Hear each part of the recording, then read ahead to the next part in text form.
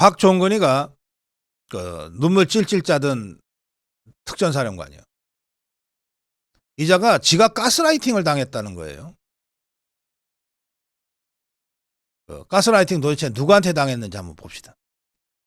곽종근이는 평소에 김영현 장관이 종북 세력이나 반국가 세력을 강력하게 비판하는 유튜브 영상을 보내는 등 가스라이팅을 해서 비상계엄 명령을 거부할 수 없었다. 아니 이게 이자의 횡설수설이 어제 오늘 일은 아니지만 참 듣다 별 회개한 소리를 다 듣네요.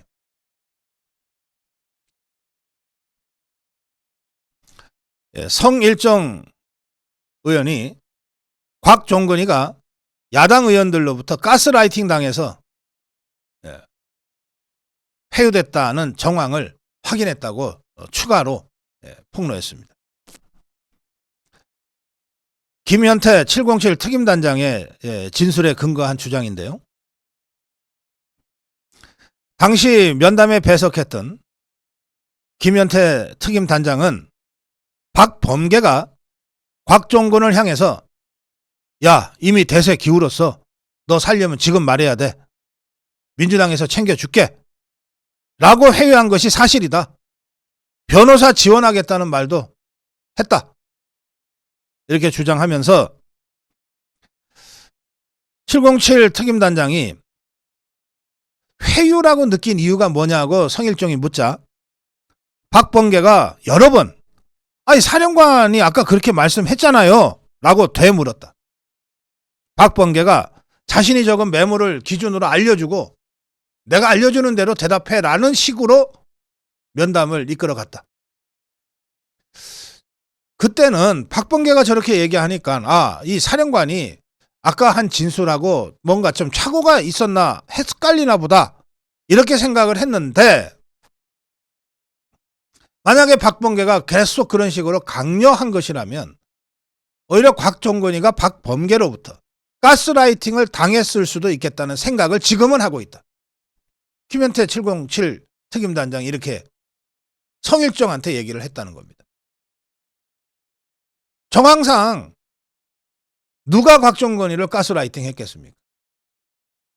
그래 유튜브 영상 몇 개가 가스라이팅이 돼요? 아니면 이제 막 감옥 갈지도 모르는 이 절박하고 급박한 상황에서 야당 의원이 야 대세 기울었어. 너 아까 이렇게 얘기했잖아. 하는 식으로 집요하게 회유하는 것이 가스라이팅이었겠습니까? 김현태 단장은 국회에서 더불어민주당이 일방적으로 진행하고 있는 이 국조특위에 대해서도 진실이 아닌 가짜를 강요하고 있다. 이렇게 주장했다고 합니다. 김 단장은 국회 특조위는 의원들의 논리를 강요하는 자리였다. 이 김현태도 불려 나갔잖아요. 국회 국조특위에. 잘못된 답변을 유도하고 진실을 왜곡시키려고 했다. 계속해서 저희들한테 진실이 아닌 가짜를 강요하며 정쟁의 도구로 사용한 것이다. 이렇게 성일종한테 얘기했다고 성일종 의원이 추가 폭로를 했습니다.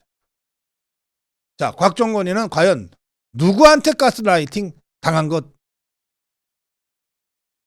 것이겠습니까? 어제 헌재 변론에서 이 홍장훈이의 무슨 메모 관련 해서 이 조태영 원장한테 증인신문을 하는 과정에 윤석열 대통령이 이동찬 변호사한테 귀옛말을 했고 이 이동찬 변호사가 문형배에게 재판을 진행하는 문형배에게 이 메모 관련해서는 피청구인인 대통령이 누구보다 잘 아는 부분이라 대통령이 직접 질문하게 해달라 이렇게 요청을 했어요. 그러자 문형배가 질문하고 싶은 것을 종이에 적어서 대리인한테 주세요.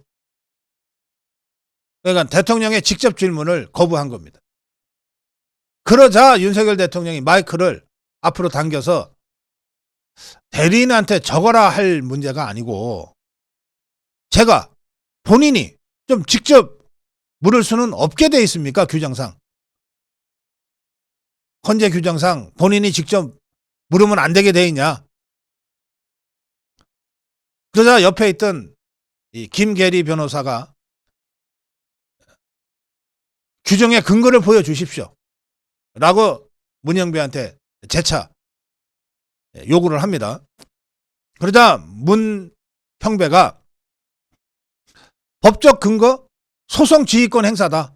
내가 재판장이고 내가 재판 진행하는 거야. 뭔 말이 많아. 이런 식으로 대답을 해요. 그러면서 내가 재판을 진행하니까 내가 안 된다고 하는 건데 그걸 바꾸기를 원한다면 우리 재판관들이 나가서 다시 의논해 볼게. 그러자 윤석열 대통령이 예, 잘 알겠습니다. 감사합니다.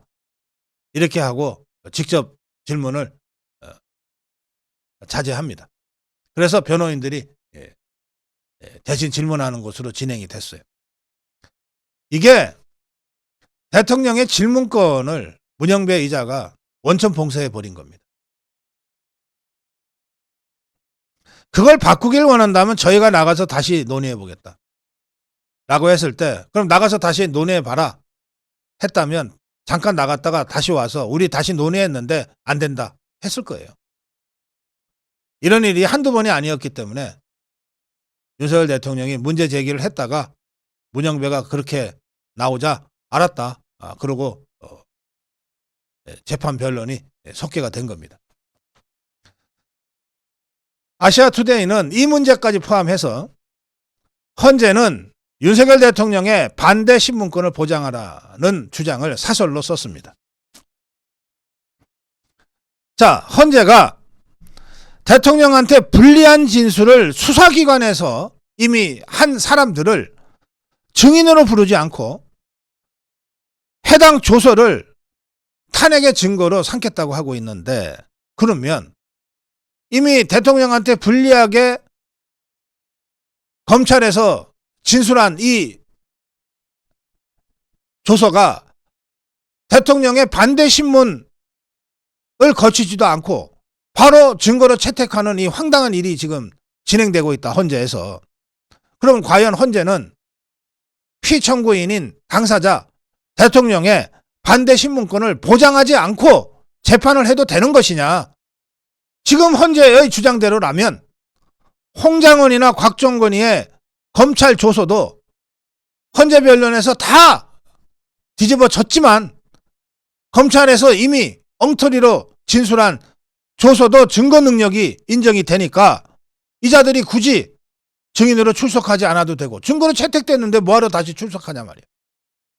그러면 이자들이 나오지 않으니까 대통령은 반대 신문권을 행사할 수도 없게 되고 그러면 이자들이 대통령한테 악의적으로 불리하게 진술한 것에 대해서 속수무책 당할 수밖에 없는 상황이 되는데 이것이 어떻게 재판일 수 있느냐. 대통령이 헌재에서 반대 신문권을 행사할 수 있도록 보장하는 것이 공정한 헌재 재판을 위한 필수 불가결한 요소다. 헌재가 밑도 끝도 없이 헌법재판은 형사재판과 다르다. 형소법 규정에 따른 엄격한 증거 능력 인정 위한 절차가 필요 없다 하면서 대통령에게 불리한 증거를 일방적으로 채택하는 것은 헌재 스스로 헌법을 파괴하는 괴물이 되겠다는 선언과 다름없다. 헌재는 지금이라도 자신의 잘못을 인정하고 대통령에게 공정하고 신중한 재판이 가능하도록 대통령의 반대 신문권을 보장하라. 이게 아시아투데이 사설입니다. 정론 1침이었습니다.